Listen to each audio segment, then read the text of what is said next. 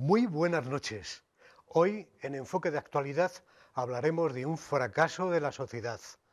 No a la violencia de género.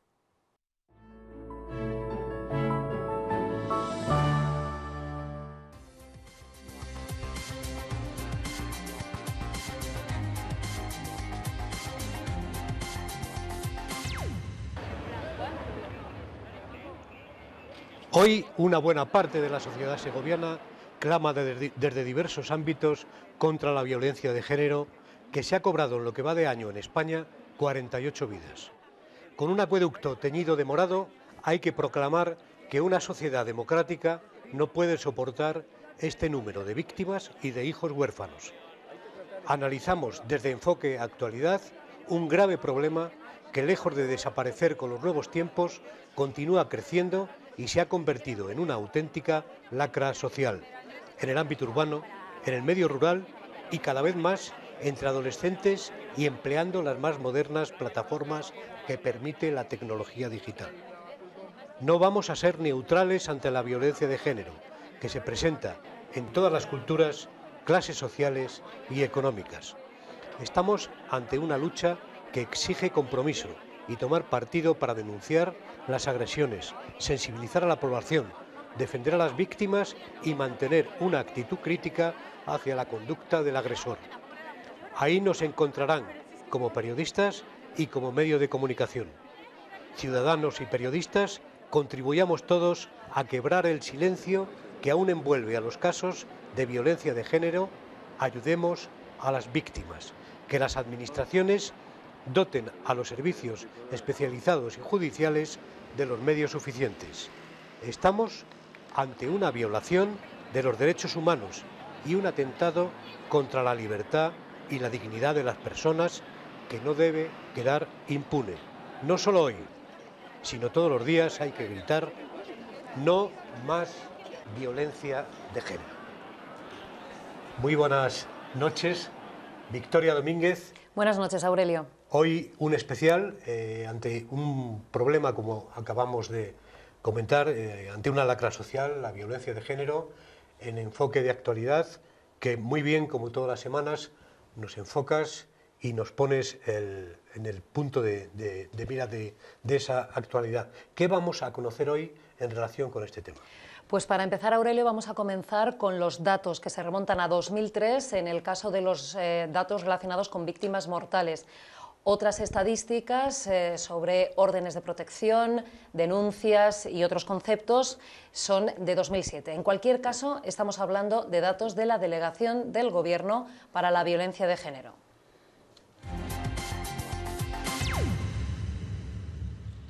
...2007 y 2011 marcan las cifras de violencia de género en Segovia. Son los años en los que se registran las 2 víctimas mortales contabilizadas en nuestra provincia en las estadísticas oficiales. En 2007 en Torreiglesias, en 2011 el caso más grave en Torrecaballeros.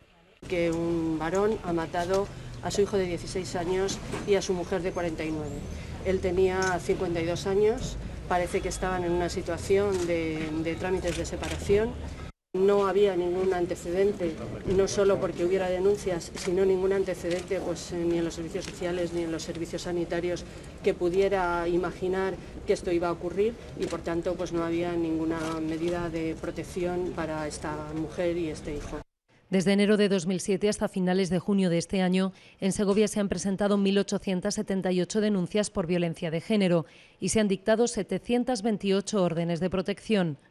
En 2014 se registraron 216 y en el primer semestre de este año 111. En estos momentos hay 190 casos activos, de los que 119 corresponden a mujeres nacidas en España y 71 a víctimas de otros países.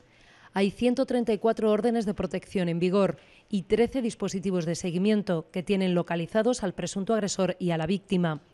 De los 190 casos activos en Segovia, las fuerzas y cuerpos de seguridad del Estado califican el riesgo como alto en 3 de ellos. Hay 22 de riesgo medio, 109 de riesgo bajo y en 56 casos se considera riesgo no apreciado. Por edades hay 4 casos activos que afectan a menores, 54 de mujeres entre 18 y 30 años, 84 de 31 a 45, 44 de 46 a 64 años y 4 de víctimas que tienen más de 65.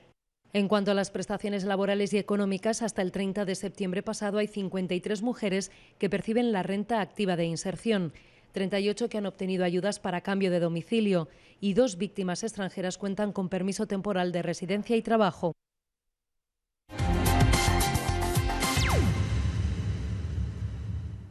Estos son los datos. Ahora vamos a conocer el testimonio de una víctima. Hemos estado con María, que es un nombre supuesto, quiere mantener el anonimato, así que no le vamos a ver la cara y le hemos distorsionado la voz. Nos ha contado su experiencia.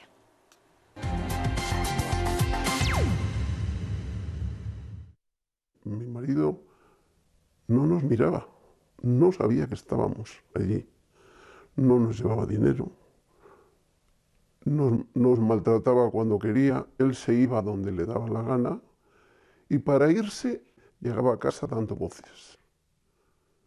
Y si hay una cosa que estaba mal puesta o que él quería que estuviese mal puesta para preparar una zambra que me dejaba sin palabras y llorando todo el tiempo pensando lo mal que hacía yo las cosas. Es que aquí no hay quien viva, si es que no vales para nada, eres un desastre. Eso como poco. Bueno, para no discutir contigo me voy. Me voy para volver a las 3:30 de la mañana, que era cuando cerraban el bingo, para gastarse el dinero, para venir borracho y para seguir a las 3:30 de la mañana no dejándome dormir, dándome la matraca, diciéndome lo mal que le hacían las cosas. Lo pasé tan mal que no tengo palabras para explicarme.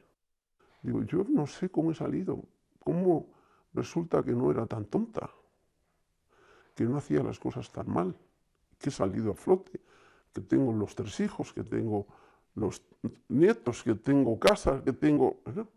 Y yo no lo hacía tan mal.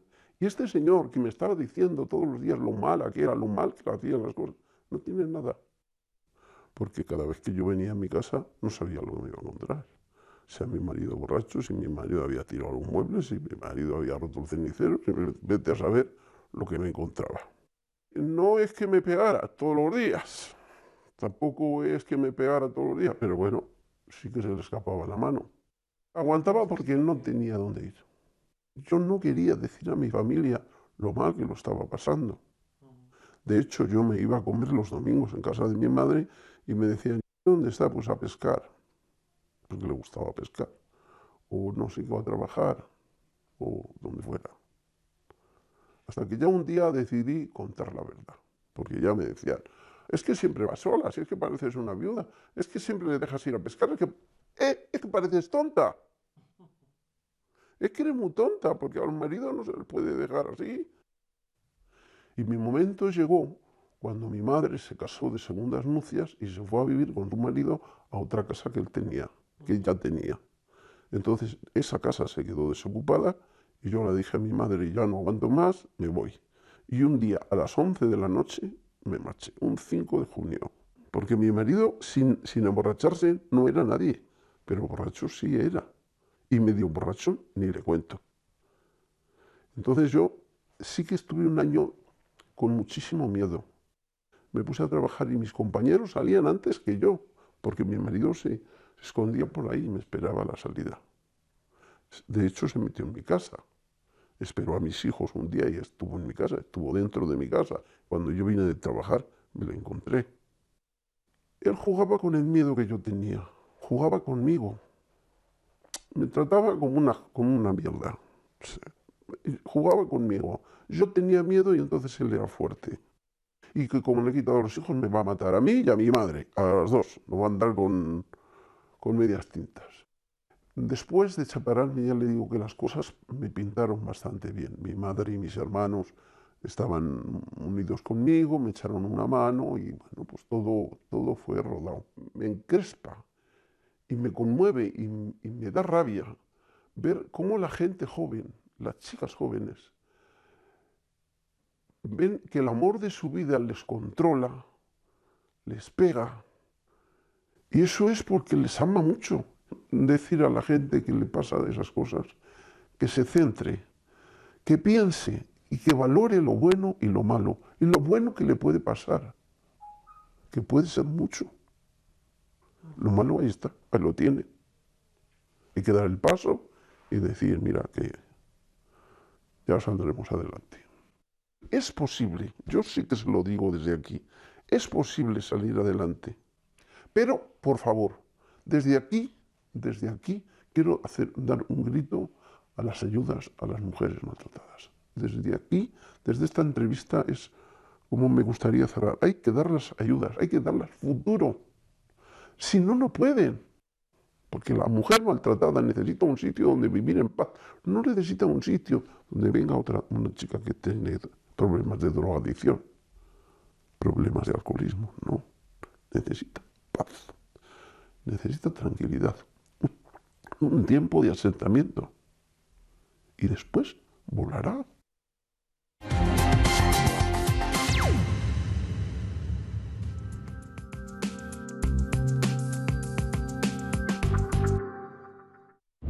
¿Sabes qué es Wanderlust? ¿No? ¿Nunca deseaste que cada día fuera diferente? ¿O simplemente ser tú mismo en otra parte? En cualquier parte. ¿Nunca quisiste que el camino fuera más largo? ¿O con muchas curvas? Perfecto. ¿Y perderte en una jungla? Sí, en esta. ¿Nunca deseaste probar algo nuevo? Bon appétit. ¿Y al futuro? ¿Te apetece ir? Ahora que sabes que es Wanderlust, ¿quieres sentirlo? Concesionario oficial en Segovia, Núñez Automoción, Polígono Industrial de Ontoria. Las cosas han cambiado en parte desde que María decidió dar el paso de dejar atrás la relación tan nociva que mantenía con su marido. Es posible salir adelante, nos decía, pero también pedía más ayudas. Nosotros hemos querido saber cuál es la atención que se presta a las víctimas de violencia de género.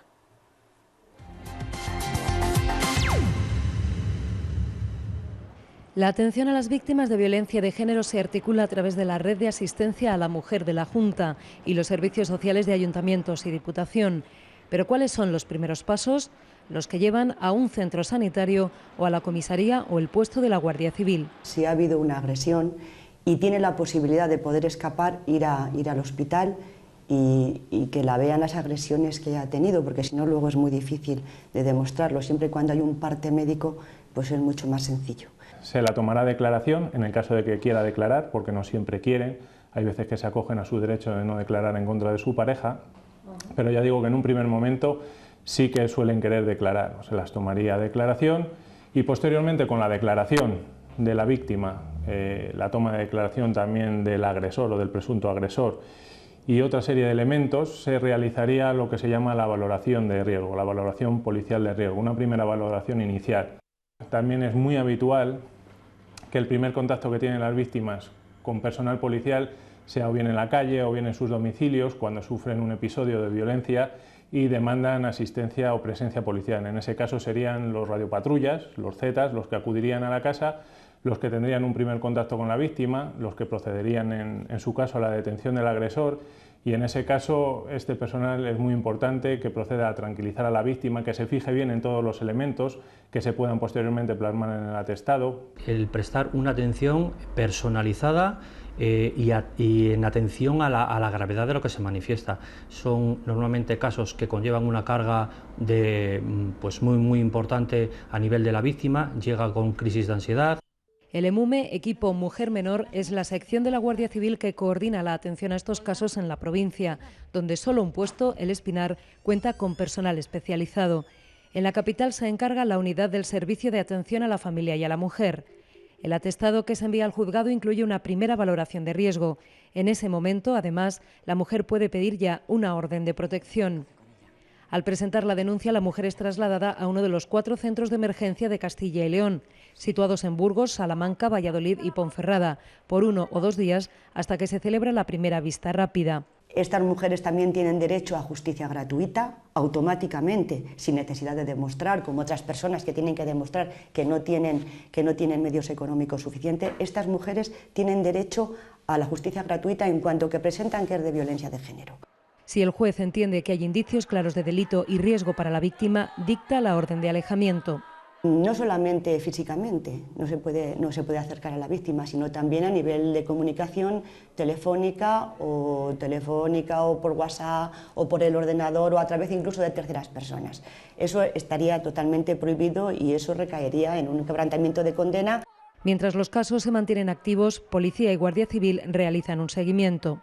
Normalmente haciendo entrevistas con la víctima en persona, telefónicas, haciendo vigilancias en los domicilios, de todo dependiendo también del nivel de riesgo que se haya estimado. De detectar situaciones en las que hay una orden de alejamiento y de prohibición de comunicarse y la pareja sigue conviviendo, que eso se da en ocasiones, entonces la UPAV tiene la función de detectar esos casos y poner en conocimiento del resto de indicativos policiales para, en el caso de que se confirme esa convivencia, pues se pueda proceder a la detención del autor y la puesta a su disposición judicial. Y en estos casos es totalmente indiferente que la víctima haya consentido en esa reanudación de la convivencia.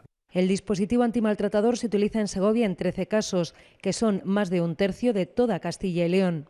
Se compone de dos aparatos, por decirlo así, una pulsera que suelen ponérsela en el tobillo porque así se la pueden tapar con el pantalón y luego un dispositivo parecido a un teléfono móvil que se llama el Track 2. Esos dos dispositivos los tiene que llevar el maltratador y además tiene que tener especial cuidado de mantenerlos en buen funcionamiento en todo momento, con la batería recargada, etc. Y otro dispositivo, también parecido a un teléfono móvil, lo llevaría a la víctima. Eso lo que permite es tener geolocalizados en todo momento a maltratador y víctima y además la pulsera admite el ser programada, es decir, meter a la pulsera del maltratador, por así decirlo, determinadas zonas de exclusión. Las víctimas tienen el apoyo de los servicios sociales, desde facilitarles en lo posible el acceso a un puesto de trabajo, a apoyo jurídico y psicológico, fundamental cuando el juicio puede tardar en celebrarse 2 años o más. Muchas veces están en tratamiento psicológico, están recuperadas y cuando ya están en el momento de normalizar su vida, de tener una vida estable, pues llega el momento del juicio. Entonces hay que volver a revivir todo eso, hay que volver a contar todo lo que ha pasado ante personas que son desconocidas. Un apoyo también clave para los hijos. ¿Por qué mamá me dice que yo no tengo que permitir que nadie me insulte o que nadie me trate mal? Pero a mi mamá se lo hacen, entonces, ¿qué tengo que hacer? ¿Lo que me dice mi mamá o lo que realmente veo? Y no podemos olvidar un dato, el 5% de las víctimas son menores de edad, por eso... Sus padres, el ver que la menor, la chica, ha cambiado su actitud, que ha dejado de comer, que antes salía y ahora ya se quiere quedar más en casa, los fines de semana no sale o que ha perdido el contacto con sus amigas al haber iniciado una relación hace poco. Todas esas cosas hay que tenerlas en cuenta porque bueno, son indicios de un posible maltrato, de una posible situación de intento de control.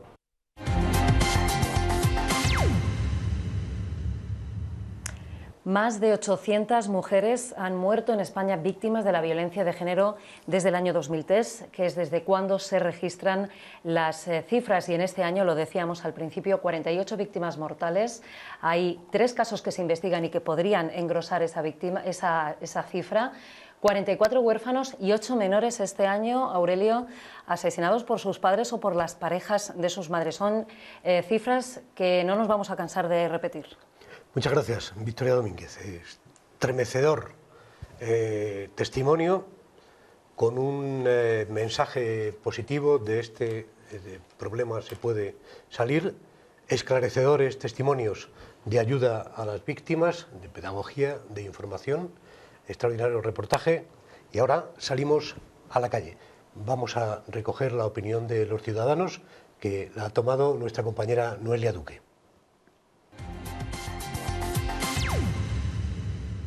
En el primer semestre de 2015 se registraron 111 denuncias por violencia de género. En todo 2014 fueron 216. Hemos salido a la calle a preguntar a los segovianos cómo creen que se puede combatir esta lacra social.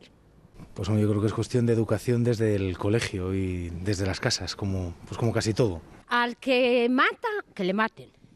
Yo creo que podría tener más propagandas, más publicidad.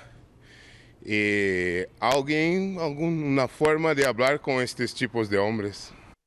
Un hombre para pegar a una mujer no es un hombre de verdad, ¿no?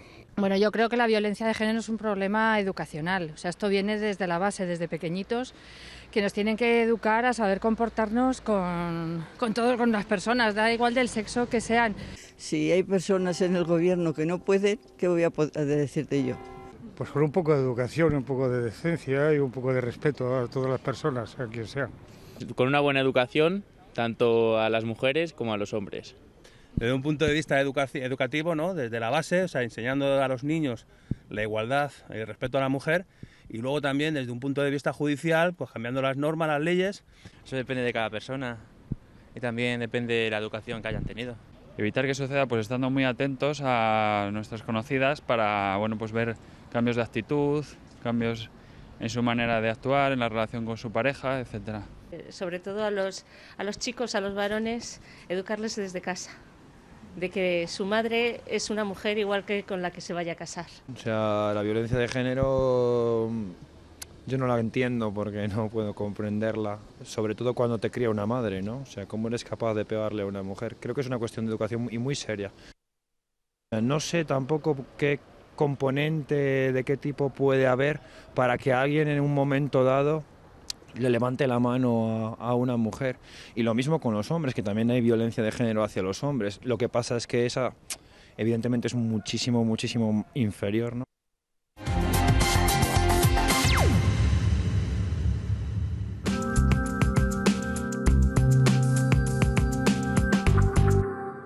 Agrupación Ramírez ha rebajado los precios otro 10%, alcanzando ya hasta un 70% de descuento. Chalets desde 169.999 euros y pisos desde 46.396 euros. Además, por visitarnos en nuestras oficinas de Robledo o en La Granja, le obsequiaremos con un estupendo regalo.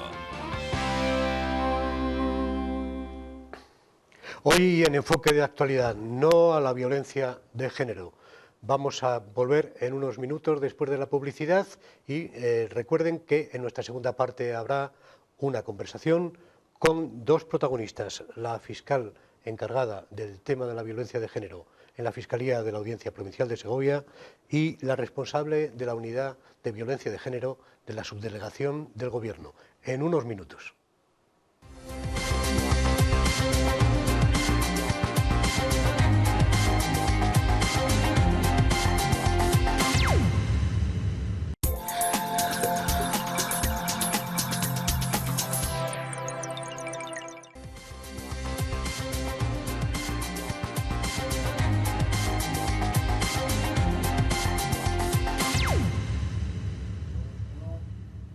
Buenas noches, estamos hablando hoy en contra de la violencia de género, no a la violencia de género. Estamos en la segunda parte ya, en el segundo bloque del programa, para mantener una conversación con dos invitadas especiales. Inmaculada Martínez García, que es fiscal encargada de la Unidad de Violencia de Género de la Fiscalía de Segovia, y Teresa Fuentetaja, que es también jefa de la Unidad de Violencia de Género de la Subdelegación del Gobierno. Buenas noches. Buenas noches. Muchísimas gracias por estar aquí. Hemos visto reportajes que nos preparó nuestra compañera Victoria Domínguez, estadísticas.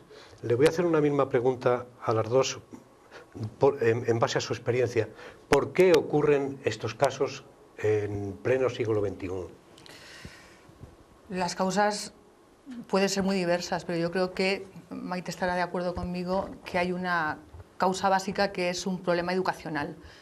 Es decir, un problema de falta de educación en lo que son los valores de igualdad, de no discriminación, de efectivamente conocer y saber que hoy en día el hombre y la mujer pues son iguales, tienen los mismos derechos, tienen las mismas obligaciones y desde luego hay que romper con los roles que existían en el pasado de que las mujeres era habitual que hicieran unas cosas que eran prototípicas de ellas y que los hombres hacían otras, ¿no? Yo creo que el problema de roles es un tema también, un problema que hay que superar, pero esencialmente y sin perjuicio de bueno, hay estudios sociológicos sobre cuáles son efectivamente las causas que desencadenan este tipo de problemas. Yo creo que el problema es el esencial es educativo. Y cuando digo educativo no hablo de formación académica, porque obviamente hay personas que están tienen una formación académica, han ido a la universidad, tienen estudios superiores y nos encontramos con que en ese ámbito nos encontramos con este tipo de situaciones, y hay otras personas que tienen una formación académica, digamos, prácticamente inexistente y no tienen este tipo de problemas, o son pero de otro tipo, ¿no? Yo creo que básicamente es eso. Sí, porque estamos hablando de un grave problema que no conoce diferencia entre clases sociales, entre culturas. No, yo creo que es un problema fundamental de la desigualdad todavía tan grande que hay en las relaciones entre hombres y mujeres, y que se ve muy reflejado en las relaciones de pareja. Y se ve reflejado en 4 cosas casi fundamentales, ¿no? que tendrían su rectificación, por decirlo de alguna manera, como decía Inmaculada, desde la educación. O sea, la educación es básica desde desde el 0 años hasta la senilitud, vamos que. Entonces es fundamental que se acabe con esa discriminación hacia la mujer, que se consiga una corresponsabilidad en las tareas domésticas. Es esencial que las mujeres no dependan económicamente de sus parejas. Es esencial que se acabe con todos los mitos y creencias, eso que tanto daño nos hacen las mujeres. Y eso es una labor muy importante de todos los poderes políticos, pero también de la sociedad en su conjunto.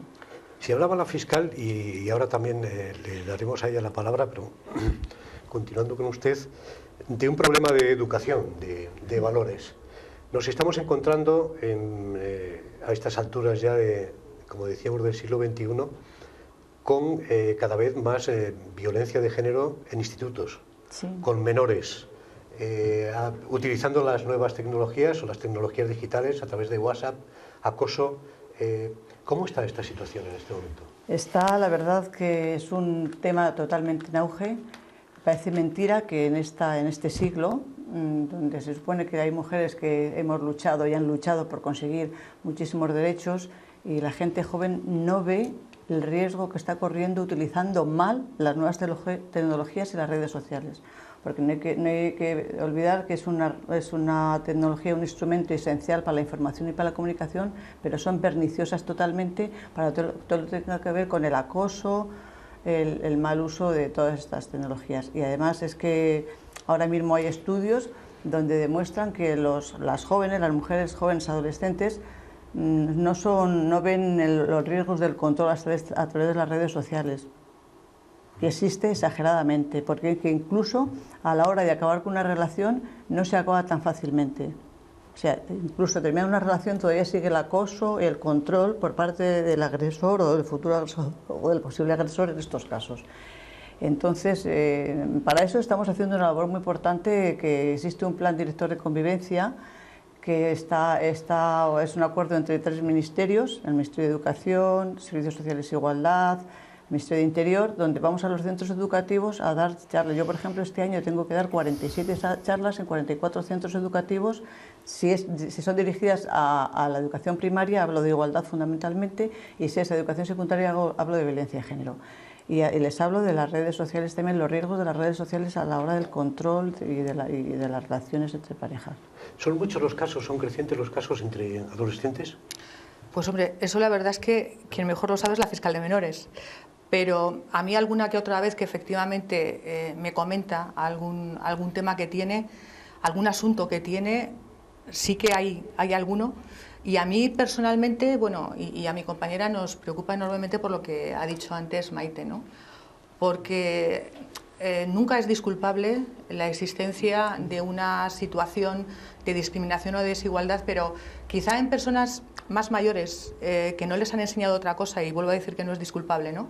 Que es lo que han aprendido, el rol de la mujer en casa y el hombre fuera trabajando, todavía puedes entender las reacciones que puedan tener, y lo que es preocupante y asusta es efectivamente que gente joven entienda que la forma de demostrar el cariño o el amor a otro es precisamente dominando y controlando, ¿no? De hecho, ha habido una campaña, yo la creo recordar en televisión, por parte de los poderes públicos, concienciando de este problema a los adolescentes, sí, porque el amor no es control ni dominación, ¿no?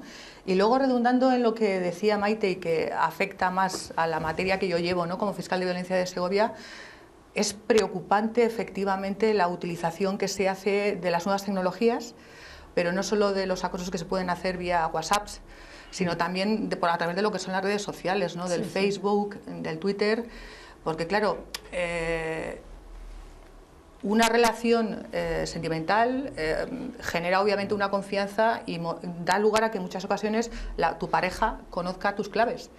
Entonces, cuando finaliza la relación, últimamente nos estamos encontrando con supuestos que antes eran más esporádicos, pero ahora cada vez son, entre comillas lo digo, más habituales, pues que utilizan precisamente las claves para acceder a tu perfil del Facebook, de Twitter y efectivamente realizar comentarios que son totalmente peyorativos, haciendo creer a la gente que los puede ver que son tuyos cuando realmente no lo son, ¿no? Y en otras muchas ocasiones generan también problemas de crearte un perfil falso, tanto en Twitter, en Facebook, en todas estas redes sociales, provocando pues situaciones efectivamente en que la persona afectada, la mujer en este caso, sufre un auténtico calvario hasta que efectivamente consigue decir, esto no lo he puesto yo, alguien está haciéndose pasar por mí y yo no he puesto este tipo de comentarios, que suelen ser además comentarios para poner en evidencia a esa persona, que suelen ser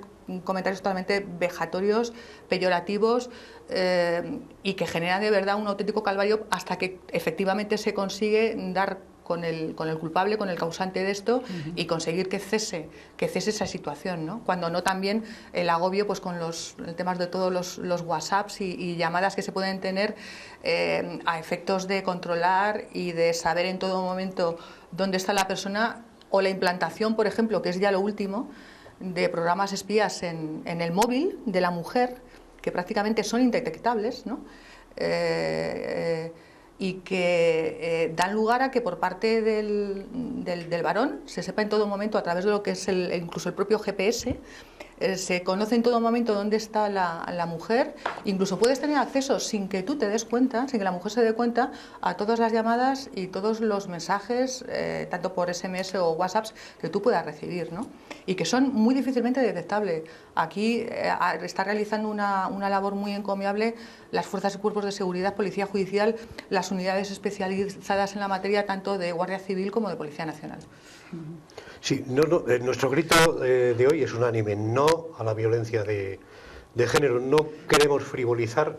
En el trabajo profesional, desgraciadamente he conocido algunos de estos casos, cubriendo una información, casos muy duros, por cierto. Se pasa muy mal. Hay asesinos que dicen, tú serás la próxima del telediario, o conmigo o sin mí, o con nadie. Esas son palabras que citan textualmente. O por algo las matan. Entonces, exactamente, entonces, ¿cómo sería el perfil del maltratador? Es muy difícil porque yo creo que ahí confluyen muchos factores, tanto psicológicos como sociológicos, ¿no? Yo como jurista lo que sí puedo decir es que cada caso es un mundo. El problema base es el que hemos dicho antes, que es educacional, es la falta de formación en valores y atender únicamente a unos roles muy claros y muy marcados y entender que no se puede salir de ahí, pero a veces confluyen también problemas de carácter económico, confluyen problemas, por ejemplo, de adicción al alcohol, que todavía exacerban más este tipo de comportamientos por parte del varón, o la adicción a cualquier otro tipo de sustancias. Pero establecer un rol, yo eso se lo dejo a los psicólogos o a los sociólogos, porque yo como fiscal en el juego de violencia, cada caso es un mundo y me encuentro con supuestos de todo tipo. Sí, de los casos que usted ha podido conocer, ¿hay algún? Yo creo que no hay ningún específico de agresor y de hecho incluso los estudiosos se niegan a establecer unos criterios únicos para todos los agresores, pero sí que hay unas características que les podría definir un poco, ¿no? Que son personas que viven mucho en la cultura del patriarcado, que son personas que no aceptan a la mujer como de igual a igual, que son personas muy controladores, muy dominantes, muy agresivos, muy posesivos, y sí tienen una pincelada también de que tienen en cuenta a la hora de que ejercen violencia que posiblemente hayan vivido de pequeños situaciones de violencia en su familia. Puede ser que hayan vivido situaciones de familia. De hecho, está recogido en algún estudio también como un posible indicador, no que defina un perfil en concreto, pero como un posible indicador. Que cuando los menores viven situaciones de violencia en sus casas, puede que eso sea tan largo en el tiempo que lleguen a normalizar esa situación, que crean que esa situación de pareja, de familia es normal. Entonces puede ser que lo tengan tan asumido que cuando ellos formen sus propias parejas reproduzcan ese modelo de relación de pareja. También por ahí se inclinan un poco los estudios, pero vamos, como perfil así que defina a un agresor no hay único y para todos, porque cada agresor es un mundo que hemos de dar. El papel de la sociedad desde todos los ámbitos es el de ayudar a las víctimas, el animarles a que cuenten su problema, a que llamen a un teléfono que es el 016, a que hablen con las fuerzas y cuerpos de seguridad, que hablen con la Fiscalía. ¿Cómo se puede ayudar a las víctimas de la violencia de género y qué papel está jugando en este momento la sociedad española, segoviana, ante este grave problema? Pues yo creo que el papel que se puede jugar para ayudarlas es un poco saber detectar esos casos. Una vez que te detecta el caso es intentar ayudarlas, escucharlas, porque en realidad nosotros, un vecino o un profesional puede hacer otras cosas, pero un vecino puede hacer poco más. O sea, escucharla, que le haga sentir que la va a apoyar si necesita su ayuda, orientarla si ya le falta orientación o información dónde puede acudir, y desde luego a nivel profesional, y por supuesto no juzgarla. Yo es que eso siempre, cuando a cualquier foro que voy, a cualquier charla que doy, siempre digo, por favor, no tenemos a juzgar a las víctimas para nada. Esa es una labor única y exclusivamente de los jueces.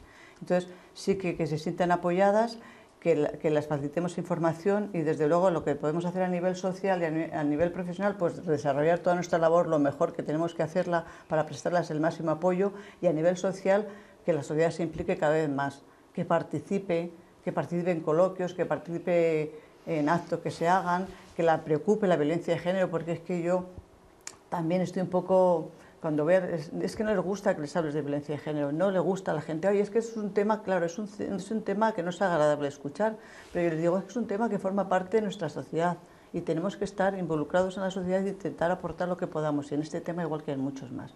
Vamos a continuar ahora a ver si realmente hay medios, las administraciones disponen de medios o no se dispone de medios todavía para atajar este gravísimo problema. Con el grito de no a la violencia de género, vamos a hacer un corte para la publicidad, unos minutos, y volvemos enseguida.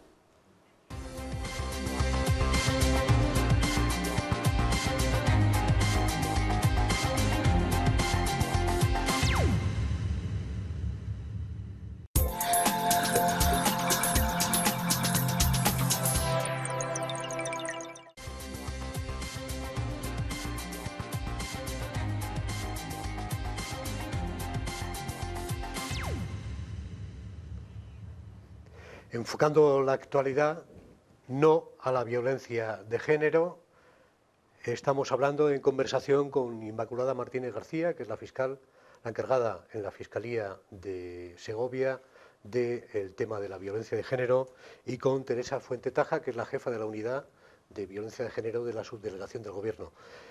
Hablábamos antes del entorno social, el entorno cultural. Sí, yo, retomando lo que estaba diciendo Maite, creo que el entorno familiar, los amigos, los vecinos, pueden hacer mucho y en dos niveles diferentes. El primero es decirle a la mujer, cuando ve determinados comportamientos discriminatorios, vejatorios del varón hacia la mujer, es decirle, pero oye, ¿pero tú por qué aguantas esto? Algo tan sencillo como decir, pero oye, es que, o sea, él no tiene ninguna razón para tratarte así. Eso, tienes que decir no, decir basta y cortar con esta situación. Eso por un lado. Y a nivel familiar, a nivel vecinal, a nivel del entorno de amigos, aparte de lo que ha dicho Maite, es muy importante porque nos encontramos con que, qué duda cabe que en la mayoría de los casos los procedimientos judiciales se inician por una denuncia de la víctima. Es lo habitual, ¿no? Pero nos estamos encontrando con supuestos que antes eran más raros y ahora, sin que sean muy abundantes, pero tenemos más, de denuncias del entorno de la mujer. Es decir, denuncia el padre que ve que su hija efectivamente está siendo maltratada por su marido o por su pareja, denuncia la hermana que ve o el hermano que ve que su hermana efectivamente está siendo maltratada por la pareja. Hay cada vez también más llamadas por parte de vecinos, que duda cabe que los vecinos en una escalera al final nos acabamos conociendo todos, ¿no? Y son los que mejor pueden conocer también cuál es la idiosincrasia, pues, de las personas que viven en una comunidad, ¿no? Y también se están dando supuestos, que son los menos, pero que también los tenemos, de situaciones de violencia, que son las menos, vuelvo a decirlo, pero que las hay, que se producen en la calle, y de transeúntes que intervienen inmediatamente en defensa de la mujer, que esto también hay que decirlo. Quiero decir, yo creo que existe una concienciación muy clara a nivel social cada vez más hacia la visibilidad de este problema y que desde luego el entorno, es decir, la familia, los amigos, los vecinos, pueden ayudar mucho a hacer ver a esa mujer que hay situaciones que no las tiene que aguantar e incluso animándola también a formular la denuncia, incluso denunciando ellos mismos la situación, Por eso digo que es muy importante. Hay un teléfono, recordemos que es el 016, que no deja rastro. Y vamos a hablar, por ejemplo, de los medios con que cuentan las administraciones, la Administración de Justicia, la subdelegación del Gobierno, la Administración Central. ¿Son suficientes? Hombre, nunca se puede decir que son suficientes porque siempre tenemos que tirar hacia más, ¿no? Ahora mismo en el juzgado de violencia, aparte por supuesto del personal de lo que es el juzgado, del juez y por supuesto del fiscal de guardia, de la fiscal que soy yo, tenemos un equipo psicosocial que realiza una tarea muy importante, ¿no? Que está compuesto por el psicólogo, un forense y un trabajador social, que son los que efectivamente se entrevistan, nos estudian cada uno en sus niveles, tanto a lo que es la mujer como al varón maltratador. Tenemos la oficina de víctimas, que es la que efectivamente viene a informar a la mujer de cuáles son pues, los medios legales, las ayudas que puede tener, porque la ley de violencia, que ya tiene casi 11 años, no solo estableció un instrumento penal específico, ¿no? A través de lo que son las órdenes de protección y a través de una tipología con la existencia de unos delitos específicos, sino supuso también una modificación muy importante a nivel legislativo en ayudas de índole social, laboral, ayudas de carácter legal, y a través de la oficina, ya digo, de víctimas, pues esa mujer puede efectivamente conocer cuáles son las ayudas que tiene, aparte, por supuesto, de derecho a la asistencia jurídica gratuita en los supuestos en los que efectivamente se carezca de medios para poder contratar a un abogado. Tenemos también el psicólogo que nos ve, por supuesto, también a las víctimas. Y esencialmente yo creo que lo que se cuenta es con un capital humano muy importante, con una buenísima voluntad por parte de todos, por supuesto, por hacer nuestro trabajo lo mejor posible, por aplicar la ley, y no solo ya por los integrantes de lo que es el juzgado, sino también por las fuerzas y cuerpos de seguridad. Yo creo que Policía Nacional y Guardia Civil realizan una labor encomiable en este tipo de casos, y yo también quería romper una lanza en favor del Colegio de Abogados de Segovia. Los profesionales que asisten a las víctimas, desde luego, yo creo que realizan una tarea encomiable, tienen una preparación estupenda y magnífica, y yo creo que están para ayudar a la víctima y para ayudar a la buena marcha de la Administración de Justicia. ¿Y en su caso?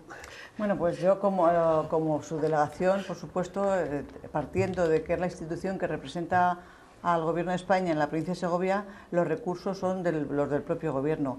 Y el mejor recurso que tenemos, y que me perdonen todos los demás, son las fuerzas y cuerpos de seguridad del Estado, porque el papel que realizan, como bien ha dicho Inmaculada, el papel que realiza la Policía y la Guardia Civil es encomiable. Y además es que es un papel tan esencial como es garantizar la seguridad a las mujeres víctimas de violencia de género y a los menores víctimas de violencia de género. Pero bueno, también tenemos recursos como el Yo como propio recurso, tenemos recursos como el 016, que es un teléfono muy utilizado, que está funcionando perfectamente.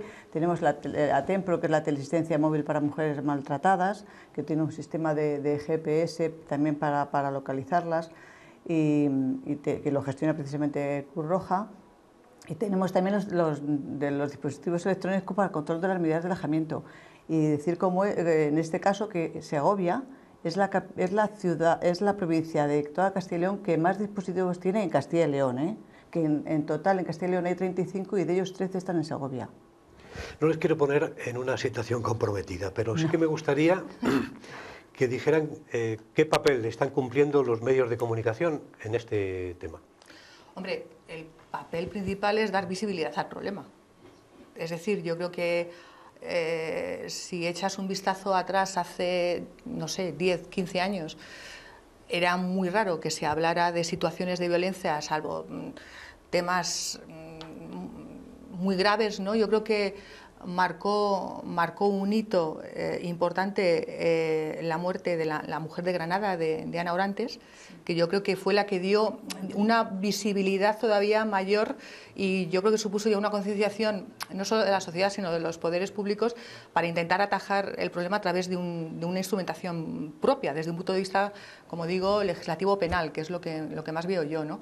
Yo creo que lo que hace la prensa es visibilizar el problema y hacerlo ver que efectivamente está ahí, lo cual yo creo que está bien en la medida en que, sabiendo que tienes un problema, lo puedes atajar. Si no lo sabes, no.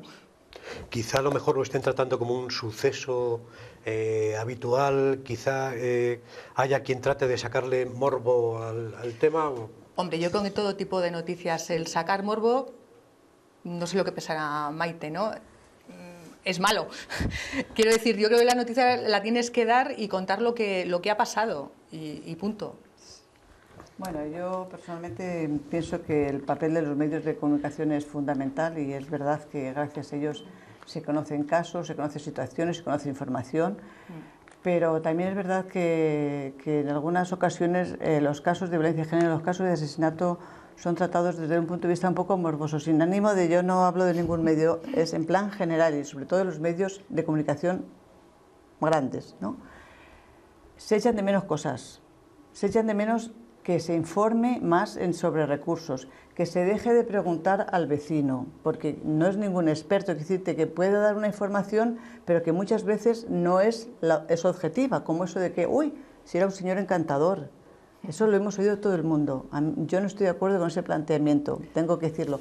Pero también es verdad que el otro día vi en un medio de comunicación, que no voy a decir en cuál, una noticia que me sorprendió grandemente. Después de ver tantas imágenes de mujeres que salen en las camillas tapadas, incluso de sangre, no sé qué, fulanita que ha sido asesinada por no sé qué, no sé cuántas puñaladas, no sé qué, vi una noticia diferente. A los 10 días de un asesinato de una mujer, un medio dijo, hoy entra en prisión fulanito de tal, como castigo o como por haber asesinado a su mujer hace 2 días. Me pareció increíble, porque yo creo que hace falta que le demostremos también que eso tiene un coste, y un coste para el agresor, y un coste que es pues la sentencia que el juez decida que tiene, y que está castigado y que se castiga. Y eso, yo creo que es otra visión completamente distinta y que hace falta que demos también. Sí, ¿qué tipo de condenas? Si no hay muerte, ¿qué tipo de condenas suelen ser las A ver, depende del delito que se cometa, ¿no? La violencia de género está tipificada en el artículo 153 de nuestro Código Penal y tiene penas de prisión, que es de 6 meses a 1 año. Estoy hablando de lo que es la violencia de género, no la doméstica, que es la que está recogida en el párrafo 2, ¿no? Penas de prisión o de trabajos en beneficio de la comunidad. Y siempre y en todo caso la privación, en su caso, del derecho de tenencia por de armas, que es una pena accesoria, y en su caso cumplimiento, que también es otra pena accesoria que siempre se suele imponer en sentencia, el cumplimiento de una pena de alejamiento o de prohibición de comunicación.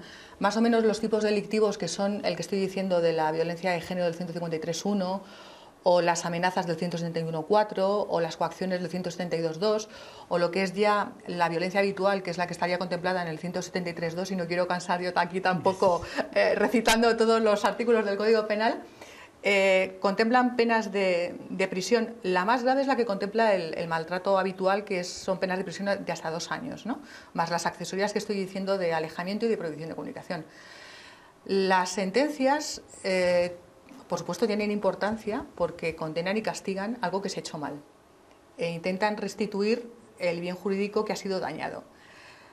Pero tienen también un componente educativo en la medida en que en muchas ocasiones, cuando es la primera condena por violencia o por amenazas o por coacciones, se suele suspender la condena, porque en nuestro Código Penal se suspende hasta penas que no excedan de 2 años, ¿no? Y siempre que no hayas cometido ningún hecho delictivo con anterioridad, aunque bueno, esto también se ha modificado con una ley que nos ha entrado en vigor hace poco. Pero lo que estoy diciendo es que es importante el componente educativo, porque el legislador ha establecido que todos los supuestos de suspensión de una condena de este tipo, aparte por supuesto del compromiso que tiene el reo condenado de no volver a cometer un hecho delictivo en un plazo de tiempo que lo marca el juzgado de lo penal, es el estar sometido a un programa precisamente educativo, y esta es una condición porque si no cumple ese programa educativo durante el periodo de suspensión se le revoca y ingresa en prisión. Yo creo que esto es importante.